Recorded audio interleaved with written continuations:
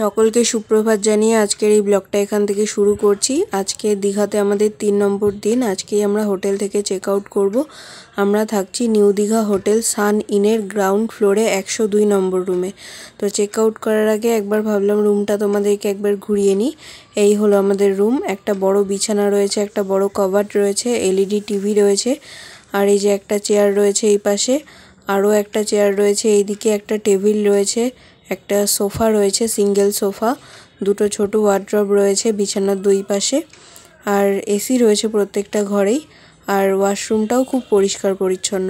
আর এই যে 103 নম্বর রুমে আমার পিসিরা থাকছে, 3 পিসি থাকছে আর পিসামশাই থাকছে, আর আমার দিদির ছেলেটা থাকছে। আর এই যে 104 নম্বর রুমে আমার ছর্দি থাকছে, ছর্দির বর, ছেলে মেয়ে থাকছে। আর আমরা তো গ্রাউন্ড ফ্লোরে রয়েছি। এই হলো লম্বা বারান্দা, আর এইদিকে লিফট রয়েছে ওপরে যাওয়ার জন্য, পাশে সিঁড়িও রয়েছে। আগের দিন লিফটে করেই গিয়েছিলাম দিদিদের ঘর দেখতে। আর এই যে এটা হলো রিসেপশনের বারান্দাটা, আর এই যে বেরিয়েই সামনেই রাস্তা একদম। আমি এখন হোটেলের বাইরে একটু বেরোচ্ছি, রাস্তা থেকে হোটেলটা তোমাদেরকে একটু দেখাবো।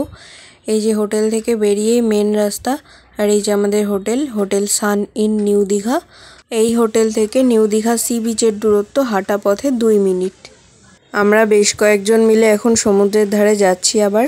আর ওই যে সামনে হলুদ জামা পরে আমার বাবা নাচতে নাচতে যাচ্ছিল, পিছনে আমার মা ঘাড় বেঁকিয়ে বাবাকে ভেঙাতে যাচ্ছিল। এই যে আমরা প্রায় 10-12 জন মতন যাচ্ছি এখন আবার সমুদ্রের দিকে। একটুখানি নামবো, মানে স্নান করতে নামবো না, জাস্ট একটুখানি নামবো, নেমে একটু হেঁটে চলে আসবো। এখন বাজে ভোর 5:30। এখন তো ভাটা চলছে, আর আমার নামতে ইচ্ছা করছে জলে। নেমে একটু লাফিয়ে টাফিয়ে তারপর হোটেলে যাব ভাবছি, কিন্তু মা নামতে দেবে কিনা জানি না। আমারও ইচ্ছে আছে, বাবারও ইচ্ছা আছে জলে নামার, বাট মা নামতে দেবে কিনা জানি না। কালকে তো নামতেই পারিনি, সেই পরশুদিন নেমেছিলাম। স্লোপ দিয়ে সবাই নেমে গেছে আগে, আমি তো ভিডিও করতে করতে আসছি, তার জন্য আমার একটু লেট হয়ে যায়। আর মা ডাকছে আমাকে নিচ থেকে, তো এখন বলে দেখি যে একটু জলে নামতে দেবে কিনা। নামবো তো নিচে এমনি নামবো, বাট জলে নেমে একটু ঝাঁপাতে দেবে কিনা সেটাই আর কি।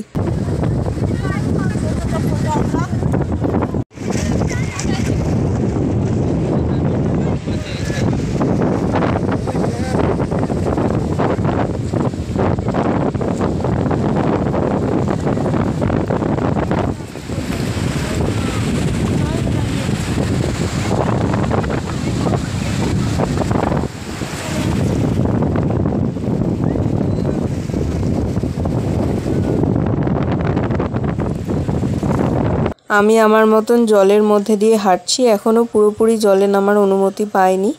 আর এইদিকে আমার পরিবারের লোকজন সব লাইন দিয়ে ঝিনুক খুঁজে বেড়াচ্ছে, পাথরের গা দিয়ে ঝিনুক খুঁজে বেড়াচ্ছে। এখানেই তো বেশি ঝিনুক এসে জমা হয় পাথরের খাজে। আর আমার দিদির মেয়ে এদিকে একটা কাঁকড়ার পা পেয়েছে আর একটা তারা মাছ পেয়েছে।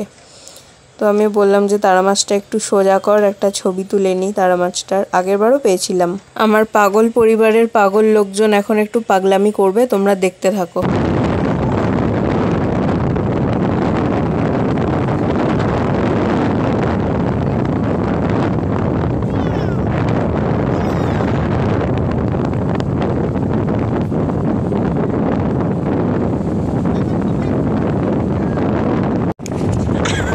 ওইখান থেকে লাভা তাহলে ভালো আছে।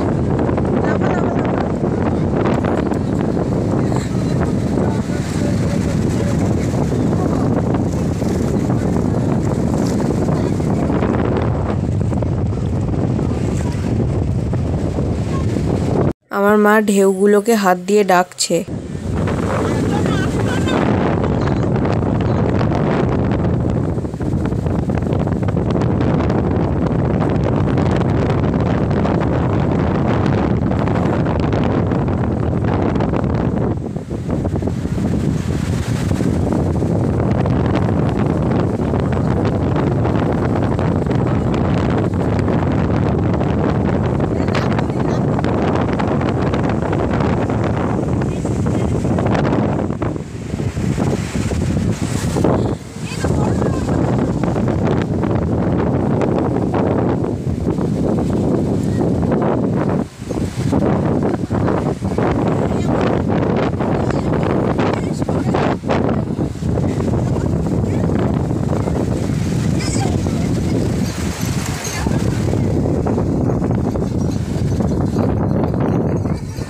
আমার মা আর আমার ছোটদি এখন একটা নাচ করে দেখাবে, তোমরা শুধু চুপচাপ দেখতে থাকো এদের পাগলামিগুলো।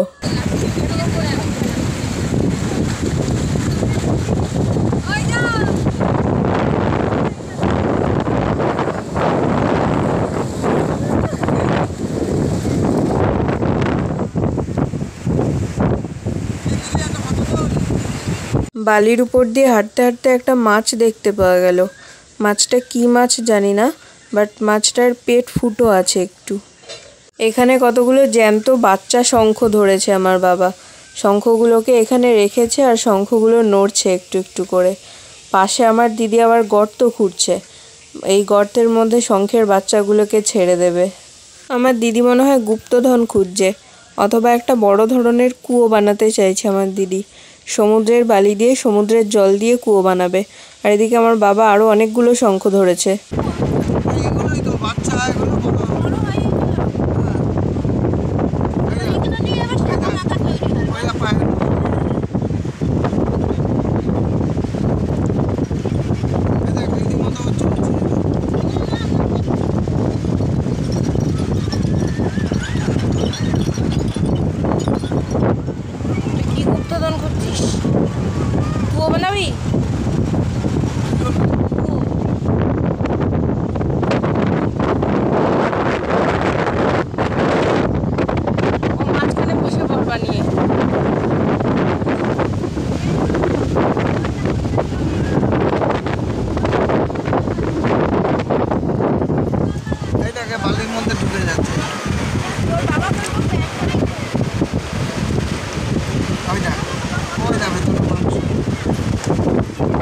দেখেছেন কাণ্ড, আমার পায়ে বালি দিয়ে প্লাস্টার করে দিচ্ছে।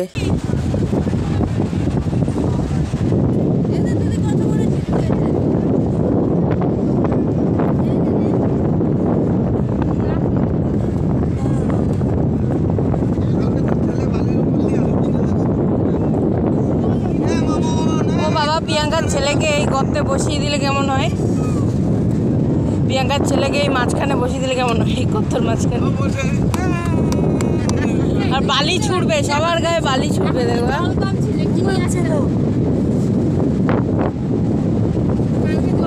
তা যে ঢুকে যাবে ভেতর দিকে জলের সাথে তখন ভয় পাবে। প্লাস্টার করা কমপ্লিট, কেমন লাগছে বলবেন কিন্তু। এবারের মতো বিদায় সমুদ্র, ভালো থেকো তুমি, আবারও দেখা হবে আমাদের।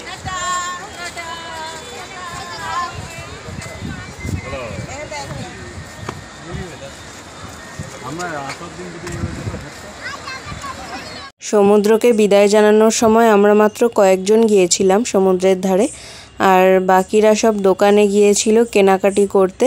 তো আমরা এখন হোটেলে ফিরছি। আর সকালবেলাতে জামাইবাবুর সাথে নিউ দীঘা বিচ থেকে তালসারি পর্যন্ত গিয়েছিলাম হাঁটতে হাঁটতে, মানে এমনি মর্নিং ওয়াক তো বাড়িতেও করি, তো এখানেও করছিলাম আর কি। এত জোরে হেঁটেছি আমার পায়ের একটা জায়গা কেটে গেছে, তার জন্য পাটা একটু ব্যথা ব্যথাও করছে এখন। আমরা হোটেলে আসার পর আমার ভাগ্নে আমার বাবাকে দেখে নাচ করতে শুরু করে দিয়েছে।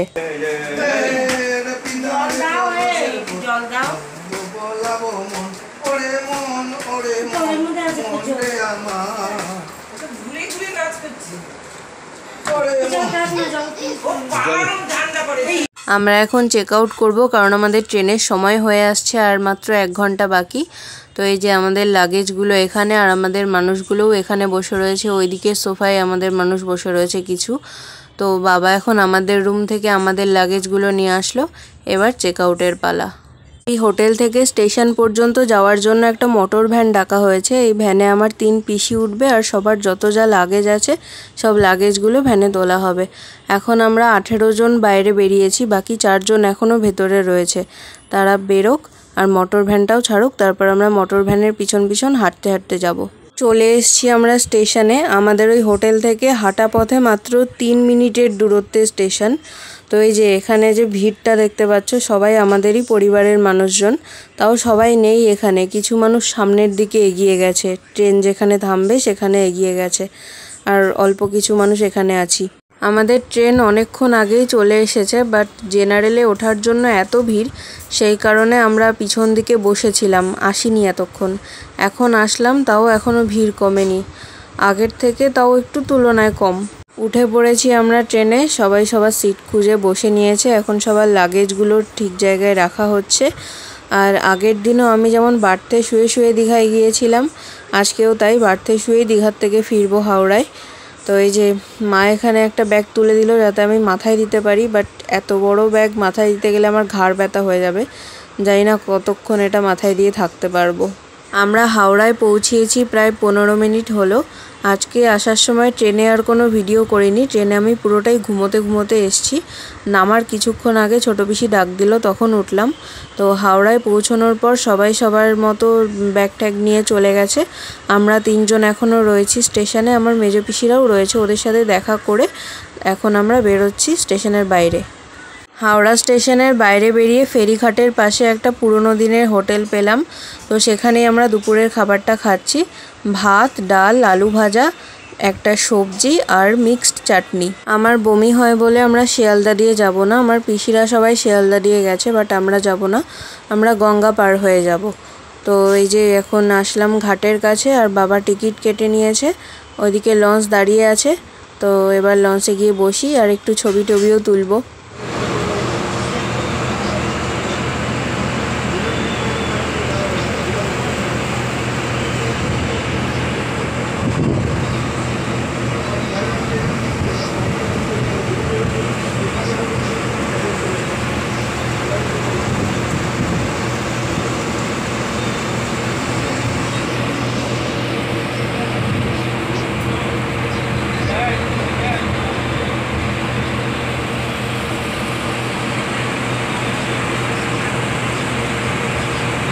গঙ্গা পার হয়ে আমরা বিবাদীবাগ স্টেশনে এসে বসেছিলাম।